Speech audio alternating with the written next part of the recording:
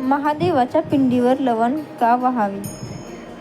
महादेवाच्या पिंडीवर लवंग वाहण्याचे कारण लवंगाचा सुवास आणि शुद्धता. लवंग ही एक सुगंधित औषधी वनस्पती आहे. तिचा वापर वातावरण शुद्ध करण्यासाठी होतो. शिवपूजेमध्ये शुद्धता व सात्विकता आवश्यक मानल्या जाते. त्यामुळे लवंग अर्पण करणे हे पवित्र मानले जाते. त्यामधील औषधी गुणधर्म. लवंगामध्ये जंतुनाशक आणि वातावरण गुणधर्म असतात.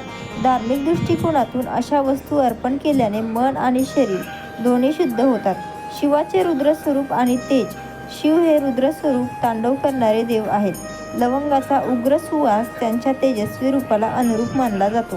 काही ठिकाणी लवंगाला शिवत्वाचे प्रतीक मानले जाते. सांस्कृतिक परंपरा. अनेक भागामध्ये विशेषतः महाराष्ट्र, कर्नाटक, आंध्र प्रदेश शिवपूजेमध्ये लवंग वाहण्याची पारंपरिक पद्धत आहे. ही प्रथा आणि श्रद्धा अनुभवातून आलेली आहे. लवंग कधी वाहावी आणि कशी वाहावी? सोमवार, महाशिवरात्री, प्रदोष यासारख्या दिवशी लवंग महादेवाच्या पिंडीवर अर्पण करावी. पिंडीवर जलाभिषेक, दूध अर्पण केल्यानंतर लवंग व बेलपत्र, फुले अर्पण करतात. श्री स्वामी समर्थ.